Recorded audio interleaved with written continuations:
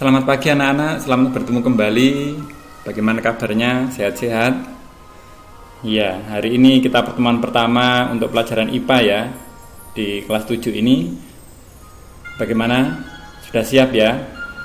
Nah, untuk itu mari kita mulai dengan berkenalan dulu dengan tim guru SMP Negeri 1 Tembelang untuk kelas 7. Yang pertama adalah saya sendiri, nama saya Efrin Madusekti. Kamu nanti bisa memanggil saya dengan Pak Efrin. Kemudian ada Ibu Ajeng Apriliani, ada Bu Yuni Indrawati, dan ada Pak Muhammad Bintoro. Nah, kita semua kerjasama untuk pembelajaran kelas 7. Mari kita mulai. Tahukah kalian tentang kehidupan dalam setetes air? Seperti apa makhluk hidup di dalamnya? Seberapa kecil dan seberapa besar objek yang kita pelajari di dalam IPA? Nah, untuk menjawab pertanyaan-pertanyaan itu, kalian nanti bisa membuka video yang saya kirim di luar video ini, karena untuk menghemat memori ya. Jadi kalian bisa mendownload atau tidak, tergantung kalian. Kalau pulsa kalian cukup, boleh silakan di-download kemudian dilihat sendiri. Ini tentang kehidupan dalam setetes air. Saya mengirim lagi satu video, yaitu objek terkecil sampai terbesar yang dipelajari di IPA. Kalian boleh melihatnya, kemudian untuk menambah wawasan kalian sendiri.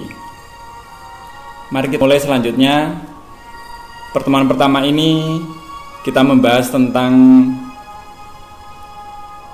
pengetahuan konseptual prosedural berdasarkan rasa ingin tahu. KD-nya adalah menerapkan konsep pengukuran berbagai besaran dengan menggunakan satuan standar baku.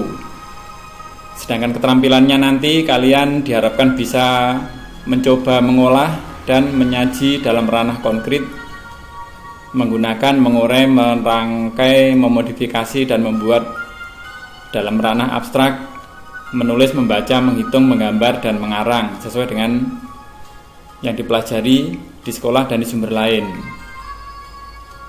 Nanti kalian juga diharapkan bisa menyajikan data hasil pengukuran dengan alat ukur yang sesuai pada diri sendiri, makhluk hidup lain, dan benda-benda di sekitar dengan menggunakan satuan tidak baku dan satuan baku.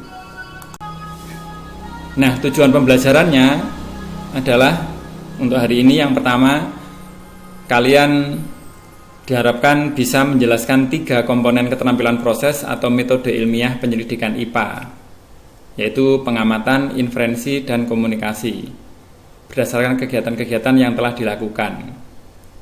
Kalian juga diharapkan bisa menjelaskan kegunaan mempelajari IPA, dan kalian bisa menyebutkan tentang objek yang dipelajari di dalam IPA. Pada pertemuan pertama ini, materinya bisa kamu lihat di buku siswa yang sudah saya kirim sebelumnya. Bab 1 tentang objek IPA dan pengamatannya, halaman 1 sampai dengan halaman 6. Baiklah, yang pertama kita mulai dengan menjelaskan 3 keterampilan proses penyelidikan IPA. Yang pertama ini, yaitu pengamatan. Pengamatan menggunakan panca indera, termasuk melakukan pengukuran dengan alat ukur yang sesuai. Pengamatan dilakukan untuk mengumpulkan data dan informasi. Keterampilan yang pertama. Dan yang kedua adalah membuat inferensi, yaitu merumuskan penjelasan berdasarkan pengamatan. Penjelasan ini digunakan untuk menemukan pola-pola atau hubungan antar aspek yang diamati dan membuat perkiraan. Keterampilan yang ketiga adalah mengomunikasikan hasil penyelidikan baik lisan maupun tulisan. Hal yang dikomunikasikan termasuk data yang disajikan dalam bentuk tabel, grafik, bagan, dan gambar yang relevan. Lalu untuk tujuan yang kedua, menjelaskan kegunaan mempelajari IPA. Ini juga bisa kalian lihat di buku. Nah, ringkasannya adalah seperti ini. Kegunaan mempelajari IPA itu ada 4. Yang pertama adalah menyelesaikan masalah. Misalnya bagaimana mendapatkan air bersih dari air yang keruh. Yang kedua adalah berpikir logis dan sistematis. Misalnya jika datanya seperti ini, apa kesimpulannya? Yang ketiga adalah meningkatkan kualitas hidup. Misalnya apakah bunga yang ditanam akan tumbuh. Dan yang keempat adalah memahami berbagai hal di sekitar kita. Misalnya mengapa matahari bisa bersinar. Nah, kita lanjut ke tujuan pelajaran yang ketiga, menyebutkan objek yang dipelajari dalam IPA. Objek yang dipelajari dalam IPA itu meliputi seluruh benda di alam dengan segala interaksinya untuk dipelajari pola-pola keteraturannya. Di video yang saya kirim di file terpisah, dari yang terkecil sampai yang terbesar, kalian bisa melihat yang terkecil itu adalah tetapan Planck atau paket-paket Planck, dan yang terbesar adalah alam semesta. Itu kisarannya mulai dari yang terkecil adalah 1 meter dibagi dengan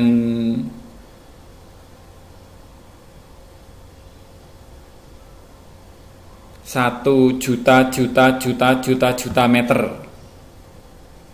atau 1 meter dibagi dengan 10 pangkat 35. Dan yang terbesar adalah alam semesta yang bisa diamati, itu adalah 1 kali 10 pangkat 27 meter, atau 1000 juta meter dari sini. Nah, pembelajaran itu semua, pengamatan, kemudian yang dipelajari semua itu nanti akan menghasilkan ilmu pengetahuan. Ilmu pengetahuan itu di dalam IPA sendiri biasa disebut dengan produk. Produk itu meliputi hukum, konsep, dan teori. Nah, untuk menghasilkan pengetahuan atau produk itu dibutuhkan proses, yaitu keterampilan proses atau yang biasa disebut dengan metode ilmiah. Dengan metode ilmiah nanti para ilmuwan itu akan bekerja untuk menghasilkan pengetahuan. Nah, para ilmuwan di dalam bekerja untuk menemukan pengetahuan itu dibutuhkan konsistensi, dibutuhkan sikap yang disiplin, yang biasa disebut dengan sikap ilmiah. Kita lanjut ya dengan slide berikut. Nah, apa saja yang ada di dalam pengetahuan? Yang ada di dalam pengetahuan itu meliputi 4 bagian, yaitu yang pertama adalah bagian fisika yang mempelajari tentang alam, misalnya materi, energi, gaya, gerak, panas, cahaya, dan berbagai gejala alam fisik lainnya. Ini masih nomor 1 ya, maaf ini angkanya salah ini. Kemudian yang kedua adalah kimia. Kimia itu meliputi penyelidikan tentang penyusun dan perubahan zat. Bagaimana membuat obat-obat, bagaimana membuat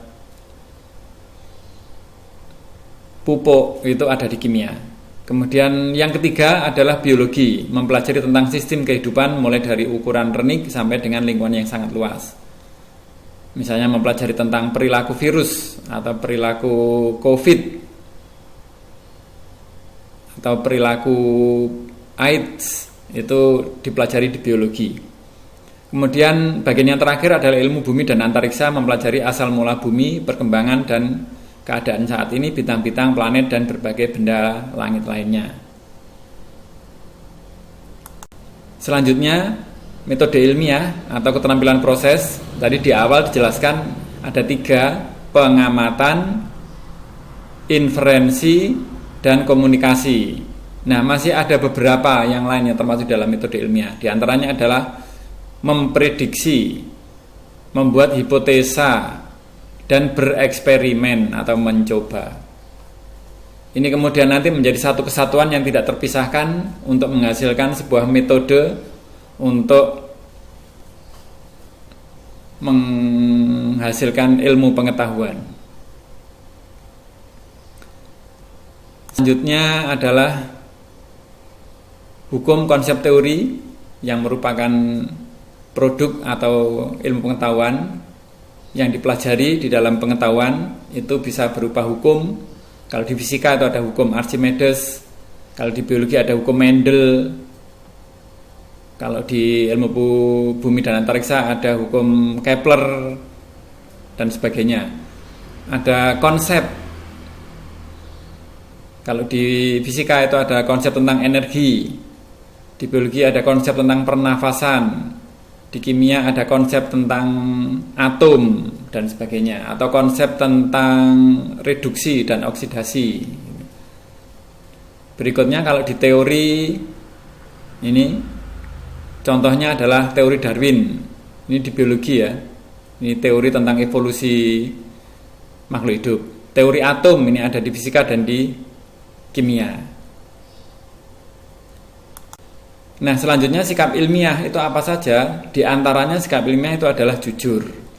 Misalnya kalau praktikum, misalnya sedang membakar natrium, kalau misalnya ternyata warnanya menghasilkan warna merah, meskipun orang lain menghasilkan warna hijau, maka laporan kita juga tetap harus menuliskan warna merah. Tidak boleh ikut-ikutan seperti teman yang berwarna hijau, meskipun bendanya sama, natrium. Itu yang disebut dengan jujur. Loh, kenapa ada perbedaan merah dan hijau? Nah, itu nanti akan diselidiki lebih lanjut. Contoh yang kedua adalah terbuka. Terbuka itu maksudnya adalah siap untuk memperbaiki diri apabila kita melakukan kesalahan.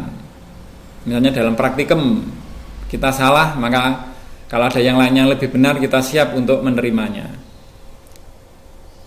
Berikutnya objektif. Objektif itu apa adanya ya. Dan skeptis. Skeptis itu tidak mudah percaya. Jadi ada bukti baru bisa dipercaya. Baik, itulah materi untuk hari ini. Setelah ini kalian bisa membaca bukumu lebih detail. Kemudian sesudah membaca buku, maka waktu yang tersisa kalian bisa gunakan untuk mengerjakan kuis.